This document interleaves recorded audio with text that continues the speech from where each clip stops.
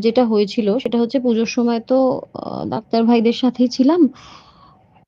অন্য কোনো কাজ বা কিছু করিনি। ওদের সাথে সারাক্ষণ যেহেতু ছিলাম। এবছর তো যেরকম কাজ করার করছিলাম, ২ টো খুঁটি পুজো আ এলো। তারপরে দুটোই কিন্তু পরবর্তীকালে বাতিল হয়ে গেল এবং তারাও আমাকে একই জিনিস জানালেন। আকারে ইঙ্গিতে বোঝালেন যে, "দিদি কি বলবো? তুমি তো সব বোঝো।" টালিগঞ্জের একজন খুব বিখ্যাত পরিচালক। এই মুহূর্তে তিনি খুব বিখ্যাত এবং তিনি মহিলা। তিনি আমাকে আ খুব বেশিদিন আগে নয়, নিশ্চিতভাবেই নাম বলব না। কারণ তার অসুবিধে হতে পারে নাম বললে। যে, "দেবু তোকে কি করে ছবিতে নেব? আমাকে তো ছবি রিলিজ করতে হবে তোকে নিলে। তুই বুঝতে পারছিস তো?" এটা তিনি আমাকে বলেন। এমন নয় কিন্তু যে শুধু আমাদেরই এটার সম্মুখীন হতে হচ্ছে।